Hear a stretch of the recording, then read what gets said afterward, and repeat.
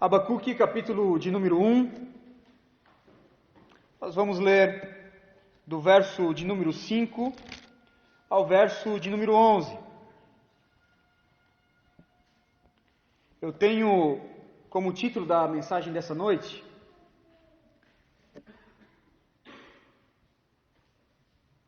Puxe a cadeira, ó Deus, vamos conversar um pouquinho. Puxa a cadeira, ó Deus, vamos conversar um pouquinho. Basicamente é isso que Abacuque está dizendo aqui. Vamos ler capítulo 1, do 5 ao 11. Ou melhor, do verso 2 ao 11. Do verso 2 ao 11. Até quando, Senhor, clamarei por socorro, sem que tu ouças? Até quando gritarei a ti violência, sem que traga salvação? Por que me fazes ver a injustiça e contemplar a maldade? A destruição e a violência estão diante de mim, a luta e conflito por todo lado. Por isso a lei enfraquece e a justiça nunca prevalece. Os ímpios prejudicam os justos, e assim a justiça é pervertida. Resposta do Senhor: olhem as nações e contemplem-nas, fiquem atônitos e pasmem, pois nos dias de vocês farei algo em que não creriam se lhes fosse contado. Eu estou trazendo os babilônios, nação cruel e impetuosa, que marcha por toda a extensão da terra para apoderar-se de moradias que não lhe pertencem. É uma nação apavorante e temível, que cria sua própria justiça e promove a sua própria honra. Os seus cavalos são mais velozes do que os leopardos, mais ferozes que os lobos no crepúsculo. A sua cavalaria vem de longe, seus cavalos vêm a galope, vêm voando como ave de rapina que mergulha para devorar. Todos vêm prontos para a violência. Suas hordas avançam como o vento no deserto, e fazendo tantos prisioneiros como a areia da praia. Menosprezam os reis e zombam dos governantes. Eles riem de todas as cidades fortificadas, pois constroem rampas de terra sobre elas e as conquistam. Depois passam como o vento e prosseguem. Homens carregados de culpa, que têm por Deus a sua própria força. Vamos orar, curve a sua fronte. Senhor, louvamos o teu nome nessa noite. A nossa alma, ela se inclina diante de ti. Ó Deus, nós nos prostramos, Senhor, ante a tua palavra, ante este texto maravilhoso, e nós queremos que o Senhor venha falar conosco uma vez mais. Nós precisamos sair daqui cheios do teu Espírito. Para isso nós precisamos compreender a tua palavra, a palavra do Espírito. É Ele que aplica esta palavra ao nosso coração e nos faz, ó Deus, melhores. Então, por favor, venha fazer isso para a glória do teu nome, Senhor, e para a nossa alegria. Não permita, Senhor, que eu venha passar alguma impressão errada acerca de ti, mas que eu venha pregar tão somente o teu evangelho. Faz isso para a glória do teu nome. Amém, amém. Como vimos no sermão passado, o profeta Abacuque é o profeta que ergue a sua voz aos céus. Ele verbaliza as suas perturbações teológicas para Deus, a fim de que o mal, a injustiça, a iniquidade e o pecado, eles sejam então freados na sua própria nação, Judá, o reino do sul. Abacuque é um homem com saudades de uma reforma espiritual. Ele olha para o passado e vê os dias gloriosos do rei Josias. Ele vê os dias gloriosos daquele grande despertamento, daquele grande avivamento que aconteceu entre o reinado do rei Josias. Porém, ele se volta para o presente e percebe a bancarrota espiritual de Judá sob o reinado do presente rei, o rei Jeoaquim. toda sorte de injustiça e maldade estavam sendo praticados pelo povo. O pecado ele era praticado verticalmente contra Deus e horizontalmente contra o próximo. Os ricos estavam deixando os pobres cada vez mais pobres, oprimindo, engolindo. Os fortes oprimindo os mais fracos. E no meio de tudo isso, uma total indiferença para com o Senhor. Por isso Abacuque é esse profeta que vai ao Senhor e recorre ao Senhor em oração. Ele vai aos joelhos e pede ao Senhor que ele venha fazer uma intervenção dos céus.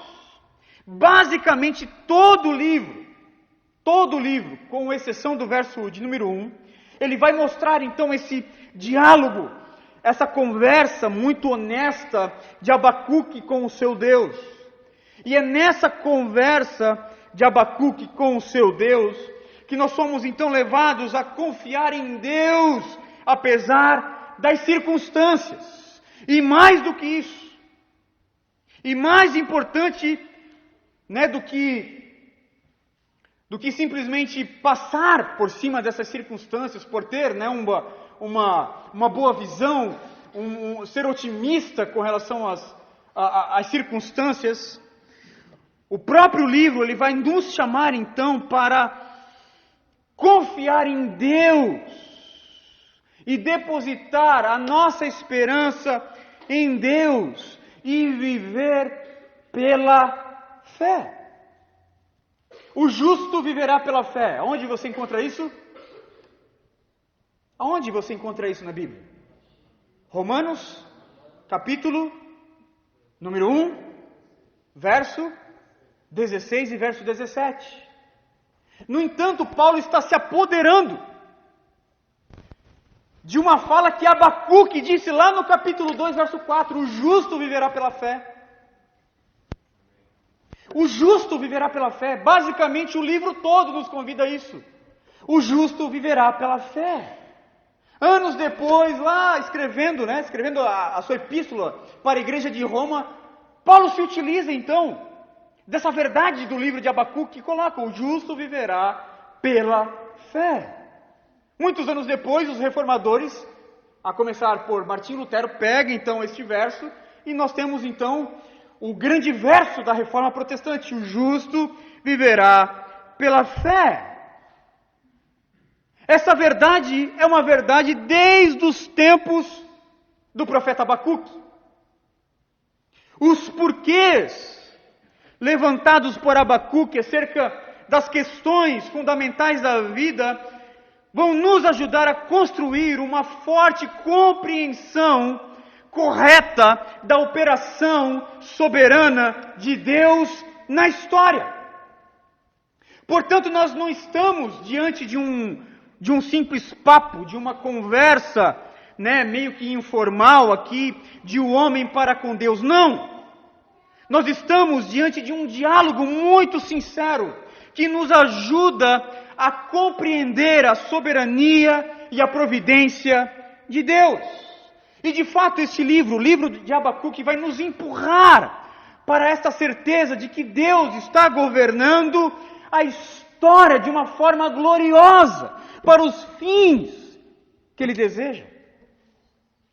E ao estudar então o livro de Abacuque, nós somos impelidos, nós somos empurrados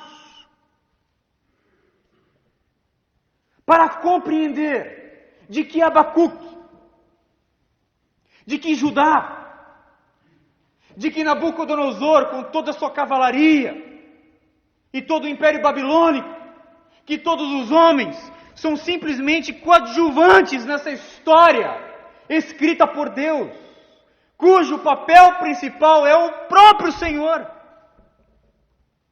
E Abacuque então vai nos ajudar a compreender isso, que apesar de não compreendermos muitas vezes o roteiro da história, Deus, Ele governa sobre tudo, sobre todos, sobre os eventos da história, sobre os personagens da história, sobre as circunstâncias da história.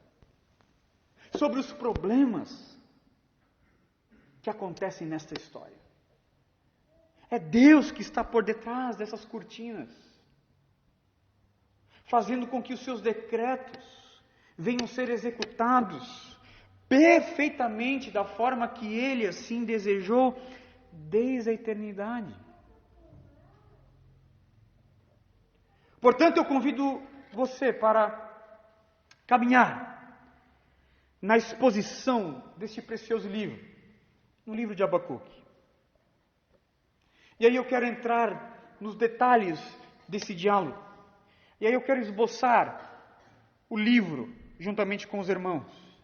E eu esbocei o livro da seguinte maneira. Primeiro, nós temos uma primeira queixa do profeta, no capítulo 1, verso 2 ao verso de número 4. Uma primeira oração do profeta, uma primeira queixa do profeta, do verso 2 ao verso 4.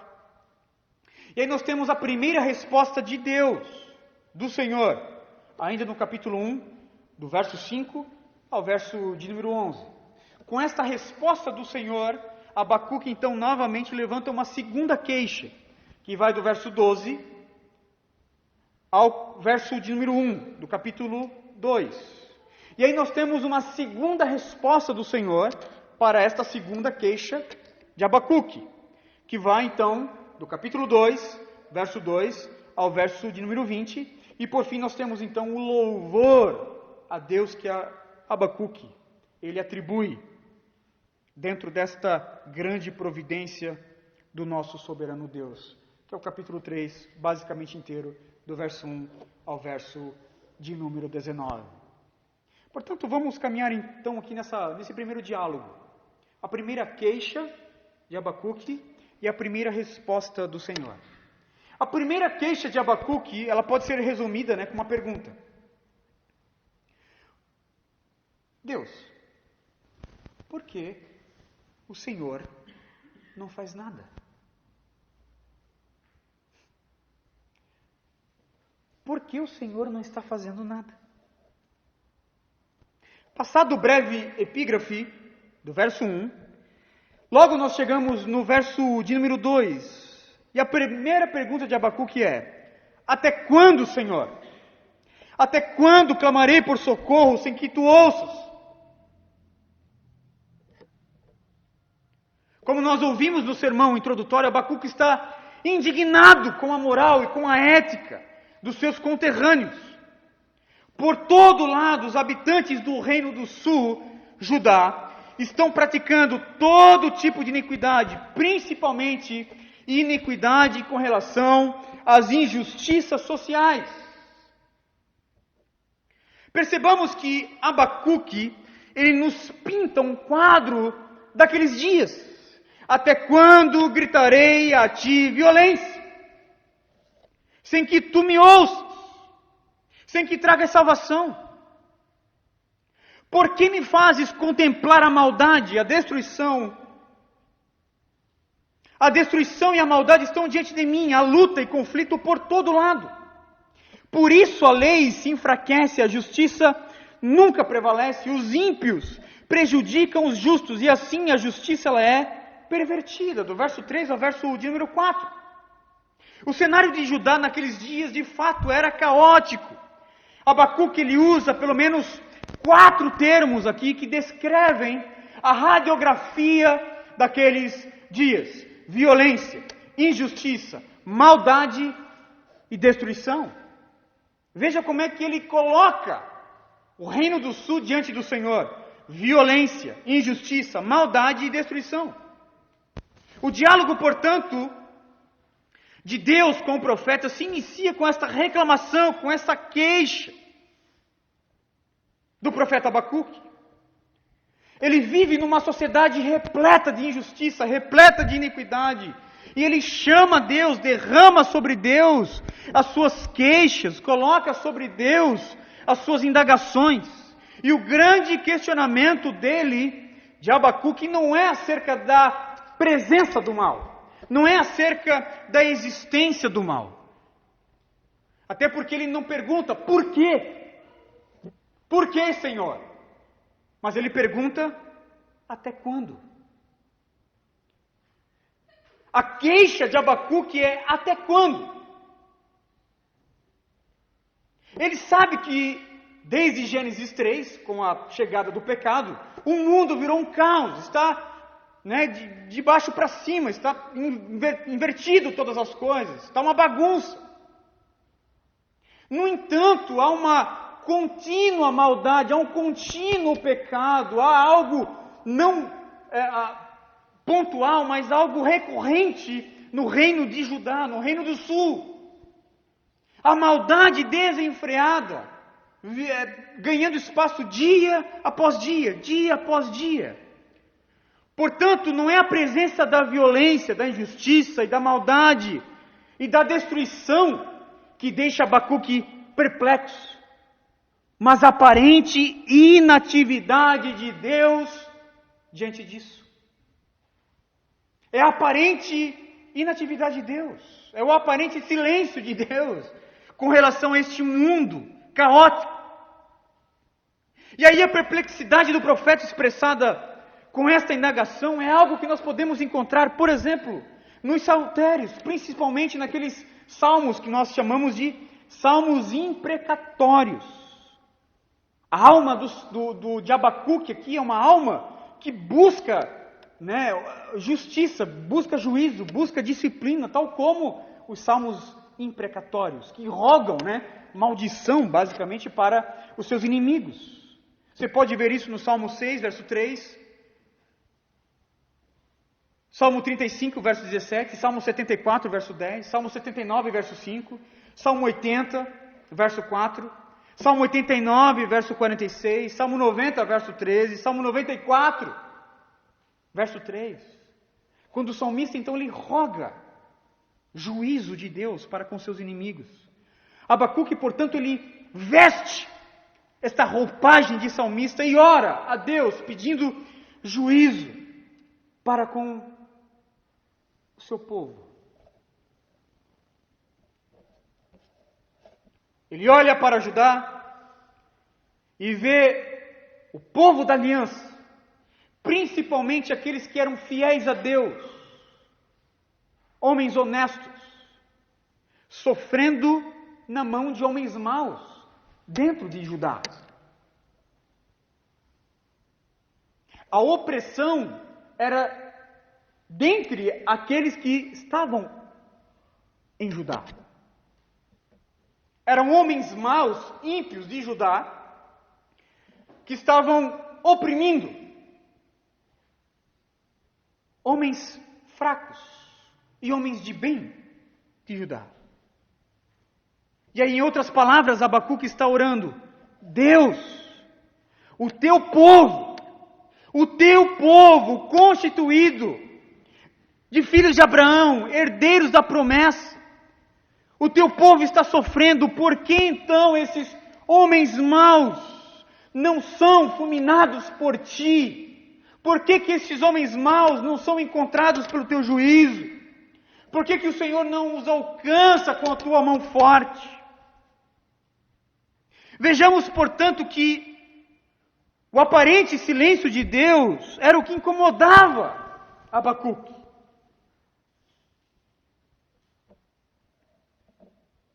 Resumindo a sua queixa: Deus, faça alguma coisa. Não te silencies nesse momento. Não te cales nesse momento.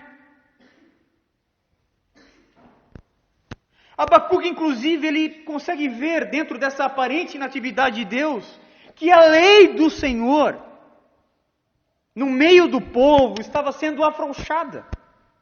Verso 4, parte A. Por isso a lei se enfraquece e a injustiça nunca prevalece. O que Abacuque está dizendo aqui? Deus, a tua lei está sendo afrouxada, a tua lei que deveria frear o povo está sendo afrouxada. O comentarista David Baker vai dizer: o resultado dessas injustiças sem fim é a lei. A principal força que deveria tê-los sob controle se afrouxa. A lei deveria ser o alicerce da ordem divina para a sociedade. mas isso não serve para tal. Portanto, um dos grandes dramas aqui de Abacuque é ver que a lei do Senhor, que poderia ser usada para freá-los, estava sendo afrouxada pelos mesmos homens que estavam praticando essas injustiças. E nós conhecemos muito bem esse cenário, não é mesmo? Nós conhecemos esse cenário. Homens, de colarinho branco, eu estou de colarinho branco, mas não sou eu, dentro da nossa nação, são denunciados por corrupção, e advogados especialistas em achar brechas na lei são pagos para defendê-los.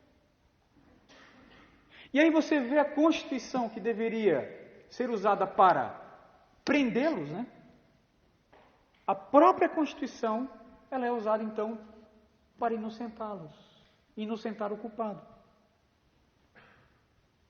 E aí no caso de Abacuque, o mesmo acontecia ainda numa escala maior. Haja vista que ele não estava lidando com a Constituição brasileira, mas com a lei do Senhor, boa, perfeita, justa. Portanto, veja comigo o quadro pintado dos dias de Abacuque: violência, injustiça, maldade e destruição. Diante desse cenário, Abacuque, então, ele fita os olhos aos céus e clama a Deus por juízo, por disciplina. Até quando, Senhor? Até quando? E Abacuque, então, espera de Deus uma resposta para as suas perguntas.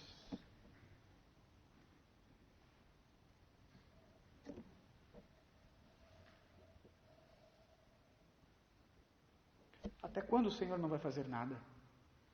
Essa é a divisão do texto.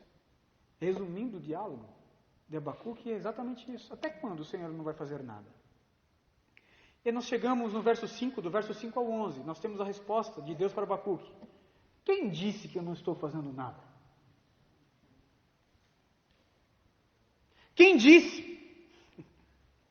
Quem disse que eu não estou fazendo nada? Do verso 5 ao verso 11. Se nos primeiros 4 versos de Abacuque, nós temos a indagação de Abacuque para com Deus, na sua aparente inanição, dos versos 5 ao verso 11, nós temos então a resposta do Senhor. Quem disse a Abacuque que eu não estou fazendo nada? E aí praticamente nesses 6 versos, os 6 versos irão nos mostrar que o silêncio do Senhor era meramente aparente. Ele já estava agindo na história, ele já estava agindo em favor da justiça. E aí Abacuque clama por justiça. Justiça ele terá. E aí do verso 4 para o 5, o silêncio de Deus então, ele se rompe, ele se quebra. No entanto, não da maneira que Abacuque esperava. O silêncio de Deus se rompe. Ele responde ao profeta. No entanto, não da maneira, não da forma que o profeta desejava. Obrigado. E aí nós temos o verso de número 5, veja comigo. Olhem as nações e contemplam-nas, fiquem atônitos e pasmem, pois nos dias de vocês farei algo que não creriam se lhes fosse contado. Esse é o verso 5. E eu imagino então Abacuque ouvindo aquilo, somente o verso 5. Abacuque, olha as nações, eu vou fazer algo que se alguém lhe contasse, você não ia acreditar, Abacuque. E aí Abacuque, então, ele abre um sorriso de orelha a orelha. O Senhor vai fazer justiça. O Senhor está entrando na história. O Senhor está rompendo o silêncio, vai entrar com juízo para com a maldade do seu povo. Aí do verso 5 para o verso 6, O sorriso de Abacuque, ele vira numa carranca. A alegria do profeta, o sorriso no rosto desse profeta, dura muito pouco. O motivo? Era a forma que Deus entraria na história. Era a forma que Deus responderia suas orações. Verso 6. Eu estou trazendo os babilônios, nação cruel e impetuosa, que marcha para toda a extensão da terra para apoderar-se de moradias que não lhe pertencem. É uma nação apavorante, temível, que cria sua própria justiça e promove a sua própria honra.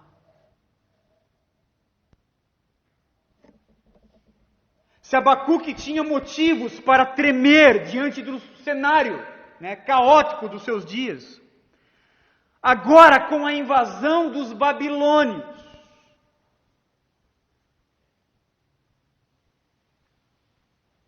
invasão esta pronunciada pelo próprio Deus, ele tem muito mais motivos, os seus motivos aumentam. E aí Deus estava chamando Abacuque, fazendo-lhe um convite. Abacuque, você pediu justiça, você pediu juízo, você pediu disciplina, e eu farei, no entanto, da minha maneira. Contemple as nações, Abacuque. Perceba a minha providência atuando antes mesmo de você orar. Eu estou levantando a Babilônia para marchar não contra os homens maus dentro da Babilônia. Eu estou levantando a Babilônia para marchar contra Judá. Contra vocês. A minha resposta para a sua oração, Abacuque, ela será executada. A Babilônia, nação apavorante e temível, que cria a sua própria justiça e promove a sua própria honra, está vindo para levá-los cativos.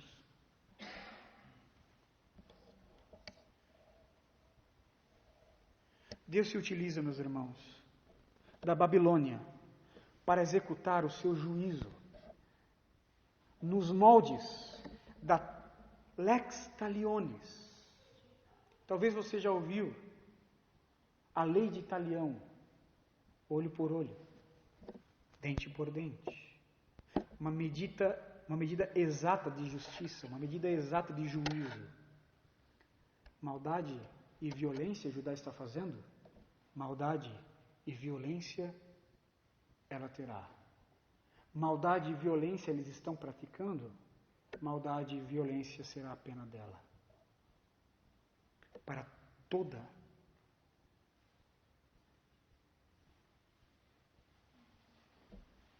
todo o povo de Judá. E de fato, por essa, Abacuque não esperava. Porque provavelmente Abacuque ele se deixou levar por alguns momentos de uma teologia triunfalista, populista dos seus dias. Havia um boato. Havia teólogos da prosperidade lá dos tempos de Abacuque que diziam o seguinte: Jerusalém é a cidade santa, ela é intocável. Ela jamais será destruída. Por muitos e muitos e muitos anos, Israel, principalmente depois do reino dividido, o reino do sul, Judá, eles acreditavam que a cidade santa, Jerusalém, tendo o templo do Senhor, o templo de Davi, construído por Salomão, como um dos monumentos da cidade, faria com que a cidade fosse intocável, triunfante.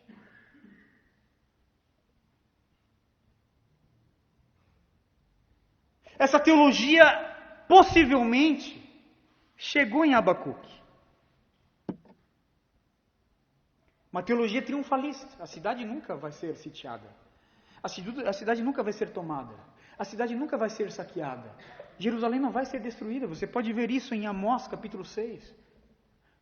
Miqueias capítulo 2. Sofonias capítulo 1. Jeremias capítulo 5. Havia essa teologia triunfalista por trás disso. Por isso que o próprio Deus disse: eu estou fazendo algo nos dias de vocês que vocês não creriam se lhes fosse contado. Possivelmente Abacuque estava começando a entrar nessa teologia.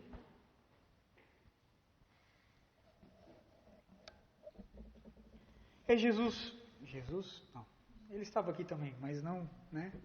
Deus, o Pai, o Senhor, ele diz no verso 5, fiquem atônitos e pasmem, pois nos dias de vocês farei algo que não creriam se lhes fosse contado. Quem poderia prever que Jerusalém seria submetida à mão forte dos babilônios? Ninguém. Todos estavam crendo justamente o contrário. Jerusalém é indestrutível, é intocável. Ninguém acreditou nesta invasão até que um dia ela aconteceu. E aí Abacuque está num estado de choque. Do verso 6 para o verso 7. Ele está perturbado do que haveria de vir do céu, juízo e disciplina dolorosa sobre o seu povo, sobre Judá. De fato, ele estava inquieto para com esse silêncio de Deus, mas ele ficou mais desesperado ainda com a resposta do Senhor para com a sua oração. E aí nós passamos, por vezes, por essa experiência.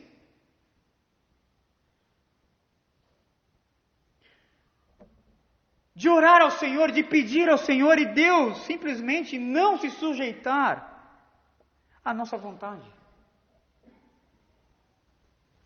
Ele vai fazendo, ele vai convergindo a história de acordo com os seus decretos, de acordo com os seus eternos projetos, e não a nossa vontade. E Abacuque, então, ele amargamente aprendeu isso na prática. Nos versos 8 ao verso 11, o próprio Deus ele começa a descrever a prática do exército da Babilônia.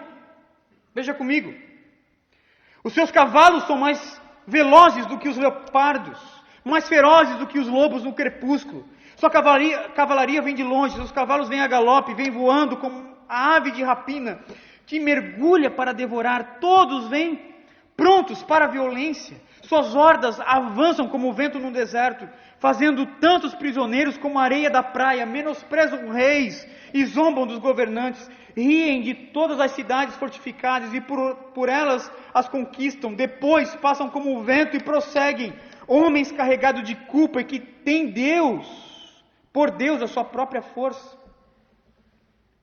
Perceba que a descrição que o próprio Deus faz à nação aqui é apavorante e cruel.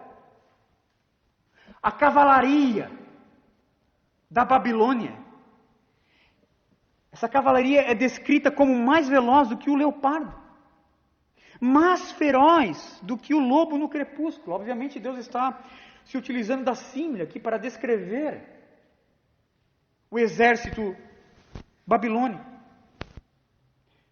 Eles são como os leopardos, velozes, sedentos de sangue, verdadeiros caçadores. Eles são como os lobos, traiçoeiros que ficam espreitando a sua presa na calada da noite.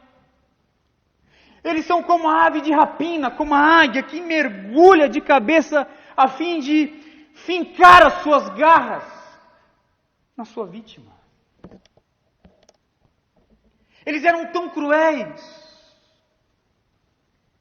que para invadir uma cidade que era fortificada, por exemplo, nós podemos ver isso nos filmes, né? E aí eu indico você, Senhor dos Anéis, por exemplo, aquelas cidades fortificadas, aqueles muros altos, eles começam a fazer então rampas.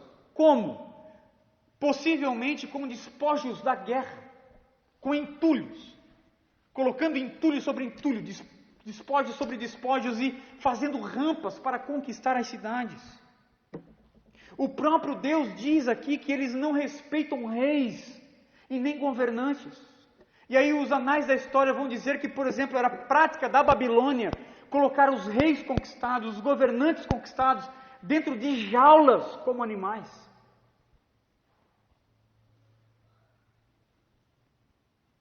E aí a força e a violência dos babilônicos levou-os ao culto das realizações, à idolatria dos feitos.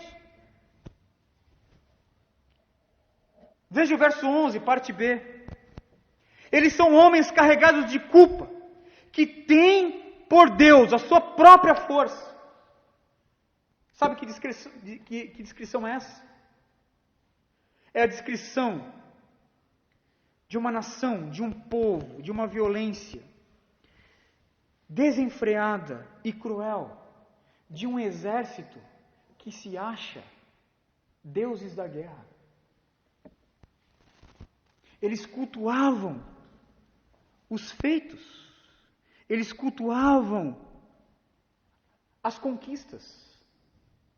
Por exemplo, na invasão de Judá, eles já haviam, por exemplo, esmagado o Egito no ano 605 a.C. Esmagado o Egito. Eles olham para trás e começam a dizer: nós somos verdadeiros deuses, deuses da guerra, deuses da violência, da maldade. Os maiores impérios estão sucumbindo diante de nós. Perceba a forma que Deus responde à oração deste profeta. Ele queria juízo? Pois juízo ele terá. Ele queria disciplina? Disciplina ele terá. Ele queria uma resposta de Deus? Pois bem, Deus respondeu. No entanto, não da forma que Abacuque esperava. E aí imagine agora o profeta trêmulo, com o rosto embranquecido, suando frio, com o coração, acelerado, diante desta revelação.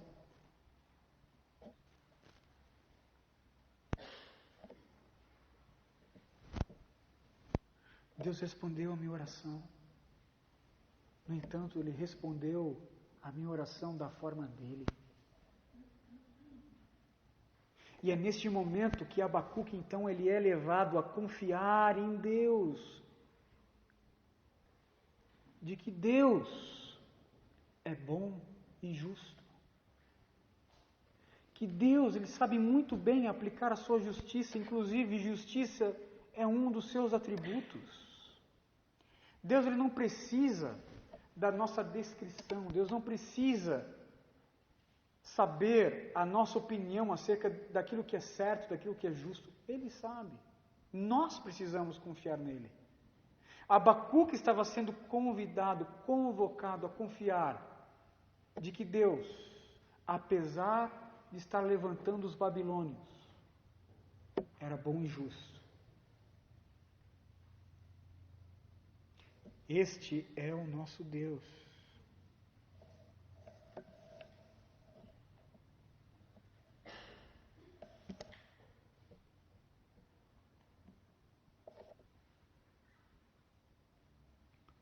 Abacuque, ele estava sendo convidado a confiar no fato de que Deus, sendo quem é, em sua eterna sabedoria, soberania e onipotência, ele levanta quem desejar levantar como instrumento de juízo e disciplina. Embora confuso, embora meio que perturbado e sem saber como isso vai se desenrolar na história, Abacuque deveria descansar em Deus, deveria depositar em Deus a sua esperança de que Ele estava agindo na história da forma que deseja, para o seu bem, para a sua glória e para a alegria do seu povo. E aí eu quero trazer duas aplicações para nós. Duas. Primeira aplicação: não despreze a disciplina do Senhor. Não despreze a disciplina do Senhor. E com isso eu quero dizer, Deus não maltrata os seus filhos, Ele disciplina. Em Judá havia dois tipos de pessoas: crentes e ímpios.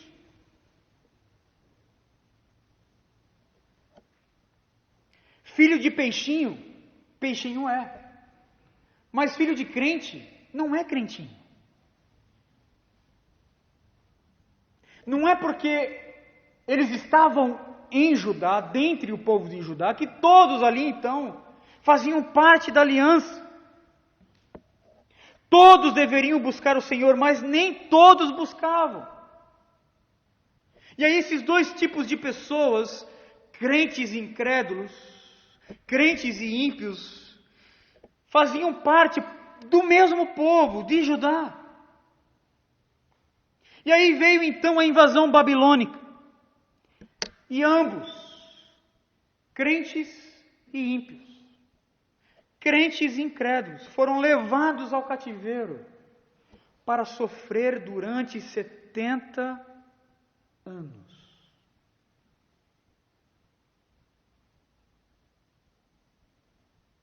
Havia dois tipos de pessoas entre o povo. E houve duas formas de Deus trazer justiça em Judá. Para os incrédulos, para os ímpios, para os maus, Ele trouxe juízo. Para aqueles que eram crentes, para aqueles que eram fiéis, para aqueles que estavam no meio do pecado, e talvez até praticando algum pecado, alguma iniquidade, mas que confiavam em Deus, para esses, para os seus filhos, Ele trouxe disciplina. E aí juízo e disciplina praticamente se dividiam, entre eles. A disciplina do Senhor, diferentemente do juízo, nasce na misericórdia.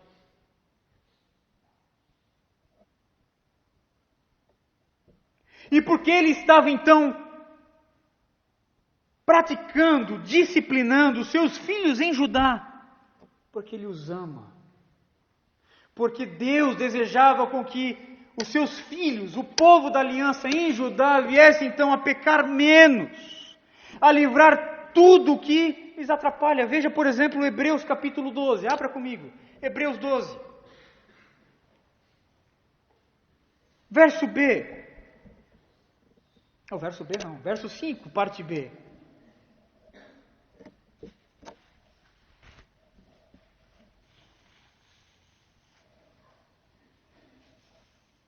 Hebreus 12, o texto clássico acerca da disciplina.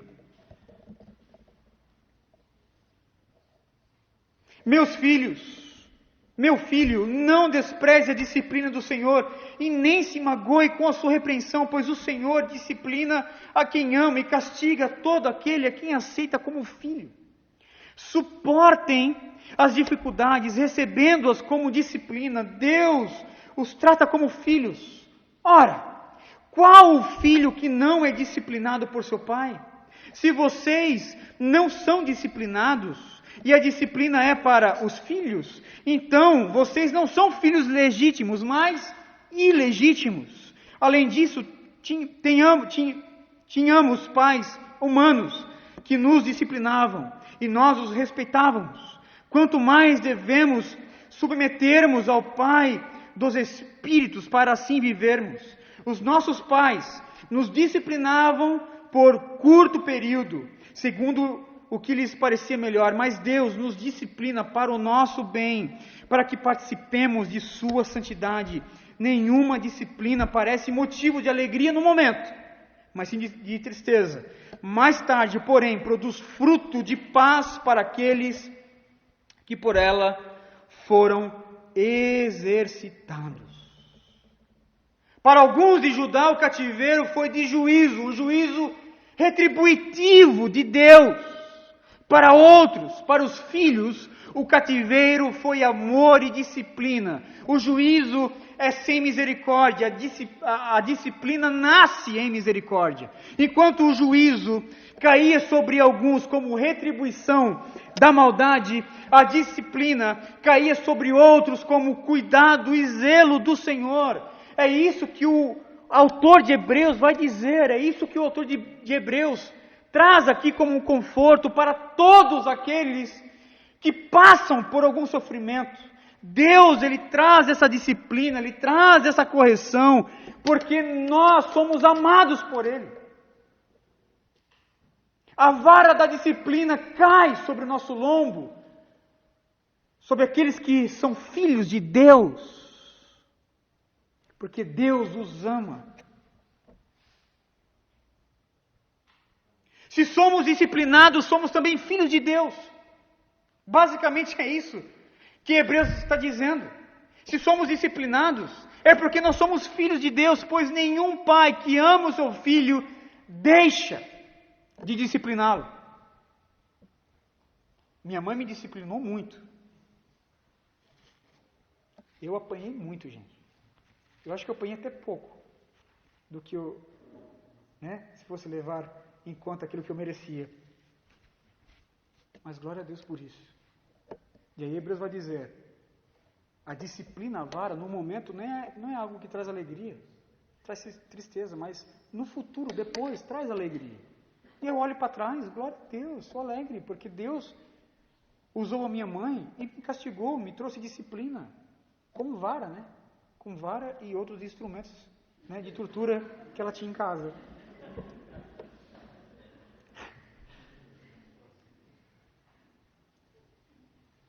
Se você me visse apanhando a minha mãe, você olha assim, olha que coisa bonita de se ver. Não! Não é bonito ver isso. Não é bonito ver ninguém na vara da disciplina. No entanto, depois, o autor de Hebreus vai dizer, depois a disciplina então promove a alegria. Heber Campos vai dizer o seguinte, se não existe disciplina, é sinal que não há relação entre pai e filhos, mas somente entre um chefe de família e um bastardo. Um bastardo faz o que quer, e o chefe de família não lhe aplica disciplina alguma, porque não tem prerrogativas de pai sobre ele. Se alguém no meio do povo de Deus, vive em pecado, mas permanece sem disciplina, é um sinal de que não pertence à família de Deus, embora viva no meio dela. Portanto, quando nós sofremos, quando a disciplina vem, ela vem e ela traz então uma discriminação. Porque os ímpios carregam um juízo. Os crentes carregam a disciplina. O nosso juízo, que deveria cair sobre nós, caiu sobre outro, Cristo Jesus, na cruz do Calvário. Portanto, não despreze a disciplina. Não despreze a disciplina. Deus, Ele estava fazendo exatamente isso com Judá, porque amava o povo da aliança. Porque amava Jerusalém. Porque amava os seus filhos. Eles não eram impecáveis. Eles eram pecadores, estavam no meio daquele turbilhão. Possivelmente sofrendo com influências da iniquidade dos seus dias, talvez praticando alguns pecados desses. No entanto, sobre estes veio a disciplina do Senhor e não o seu juízo. O juízo, ele cai sobre ímpios. Sobre os filhos cai a disciplina. A segunda aplicação é que nós devemos ser sensíveis àquilo que a disciplina produz. Eu e você, nós precisamos ser sensíveis àquilo que a disciplina produz. E aí eu quero trazer algumas perguntas aqui para nós. Como nós podemos saber se estamos debaixo da disciplina que vem do Senhor, para aqueles a quem Ele ama, ou se estamos debaixo de um juízo quando sofremos? Como nós podemos saber se o sofrimento que estamos passando é uma retribuição vinda como juízo ou uma disciplina amorosa do Senhor? A resposta para essas perguntas está na maneira como nós respondemos, nos submetemos, como nós administramos o próprio sofrimento. Nós podemos saber pelo modo que nós respondemos ao próprio sofrimento. Como assim? Os ímpios, quando estão debaixo do juízo de Deus, sequer param para pensar no pecado, param para pensar que ofenderam a Deus, sequer param para pensar que eles precisam então se arrepender dos seus pecados. Já o crente, que está sobre a disciplina do Senhor, ele se submete a Deus e reflete sobre o seu pecado. Ele volta correndo ao Senhor. O crente, o filho que está sob disciplina, ele tem o seu coração quebrantado e se volta ao Senhor em arrependimento. Portanto, nós podemos saber se nós estamos debaixo de um juízo ou debaixo de uma disciplina. A disciplina quando vem, o sofrimento quando vem da parte do Senhor para com o seu povo, vem para quebrantar, vem para curvar, vem para amolecer. Veja, por exemplo, o caso de Davi, no Salmo 32. Como é feliz aquele que tem as suas transgressões perdoadas, os seus pecados apagados. Como é feliz aquele a quem o Senhor não atribui culpa, em quem não há hipocrisia. Porquanto eu encobria os meus pecados, escondia as minhas mazelas, o meu corpo definhava dia e noite, pois a tua mão pesava sobre mim, e as minhas forças foram se esgotando como num tempo de seca. Enquanto Davi estava cobrindo, escondendo os seus pecados, a mão do Senhor pesava sobre ele. E ele vai descrever que essa disciplina, que esta vara do Senhor, fazia com que o seu corpo viesse então a se desfalecer. O seu corpo gemia, dia e noite. As forças iam se esgotando. E aí a disciplina então trouxe um resultado. Que ele continua o salmo. Então eu disse: confessarei ao Senhor as minhas transgressões e não ocultarei o meu pecado. Confessarei diante de ti a minha transgressão e tu perdoaste a culpa do meu pecado. Que coisa linda! Davi peca, veio a disciplina e depois veio a restauração. Disciplina gera isso, disciplina causa isso. Salmo 34, verso 18. O Senhor está perto daqueles que têm o coração quebrantado. Por vezes o nosso coração está duro demais. Por vezes o nosso coração é como a rocha. se é um motivo para nos alegrarmos em Deus, é que Deus sabe quebrar essa rocha. Deus sabe.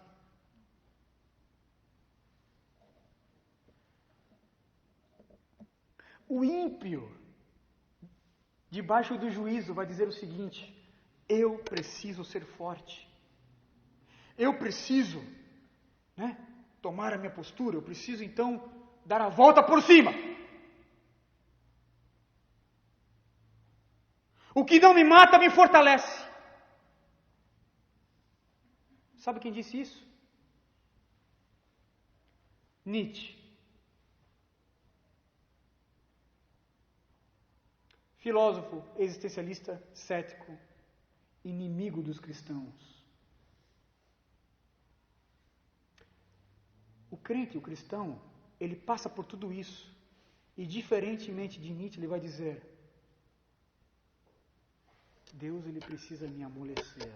Eu não preciso ser forte. Eu preciso ser fraco. Cristo precisa ser forte em mim. Eu não tenho que me engrandecer, eu não tenho que dar a volta por cima. Eu tenho que me arrepender.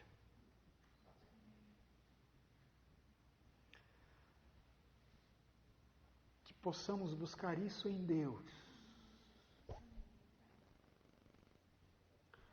Que possamos buscar isso em Deus. Que possamos buscar esta convicção que nós precisamos ser amolecidos pela vara da sua disciplina e não endurecidos. E aí eu faço um convite a você e eu faço um convite para mim também.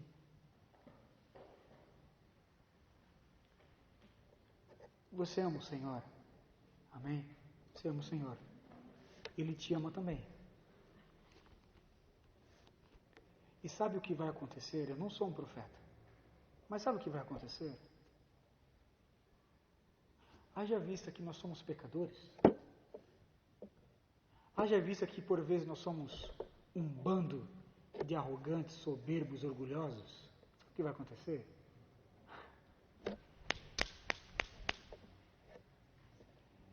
Deus vai vir. Ele vai nos disciplinar.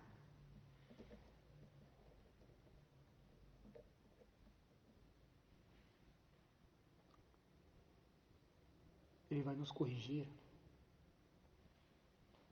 Ele vai nos amolecer. Ele vai nos quebrar. Ele vai nos destruir. Ele vai nos colocar em migalhas, em cacos.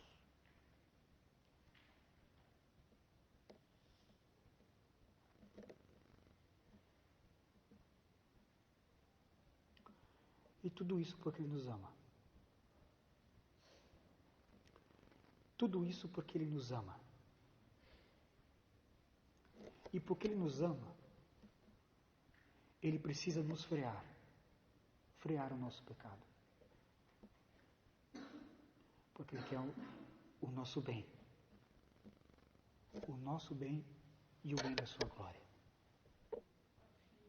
Abacuque ficou apavorado. Ficou perturbado, confuso. Mas lá no capítulo 3, ele vai louvar o Senhor. É o mesmo que aconteceu com Davi.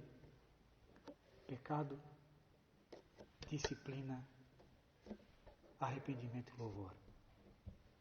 É assim que Deus age. Bem-vindo ao Evangelho. Vamos orar?